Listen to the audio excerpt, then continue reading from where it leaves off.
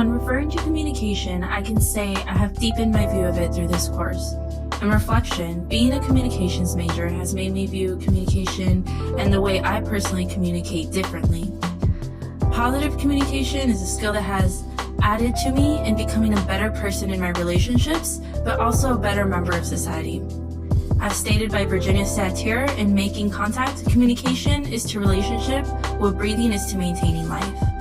Communication will happen in all the relationships I have, but positive and civil communication will add satisfaction and happiness. In The Art of Positive Communication by Julian Marable, she states, communicating positively can foster your happiness and help you cope with stress and diversity.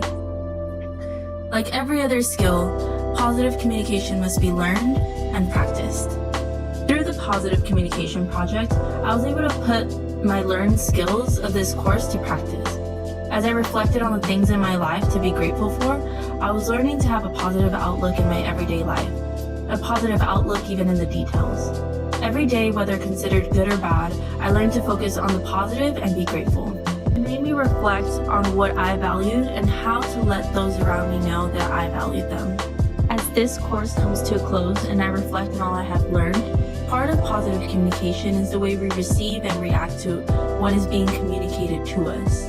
Learning about rudeness, the cause of it, how to manage it, and how to not be rude is key to civil communication. Learning that rudeness will not affect me in the way it has before, for I understand more of the reasons someone can express rudeness through communication. I also understand how I play a part in preventing rudeness. From the Civility Solution by P.M. Forney, it outlines 8 rules for a civil life that anyone can practice. Number 1, slow down and be present in life. Life gives us more than enough time to do everything that we want to, but being present in time is what really makes it count. Like stated, we can either escape from the moment or stay with it as it unfolds and do something good with it. Number 2, listen to the voice of empathy. We can relate to what others are experiencing and not shut it out. Being aware of others is where civility begins. Number 3, keep a positive attitude. It's hard to be negative if you choose to focus on the positive. As stated, make an inventory of the good things you have going for you and nurture your gratitude. And this is where the communication project really came into play. Number 4, respect others and grant them plenty of validation. Respect is something that can't be bought but can make someone's day. As stated, validating words and actions build a sense of worth. Number 5, disagree graciously and refrain from arguing.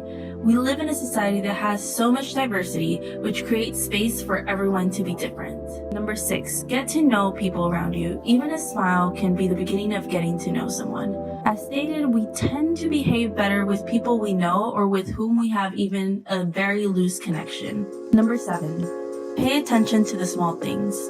Paying attention to the little things helps us show respect, establish rapport, and cement relationships. Number 8, ask, don't tell. When you favor asking over telling, the person is less likely to become defensive and escalate a confrontation. Learning all these skills and putting them to practice in society will help me with managing stress of every day, but it can also be encouraging and inspiring to those around me. In my world, I spend most of my day surrounded by those people I work with, and every interaction I have with them can have a positive outcome.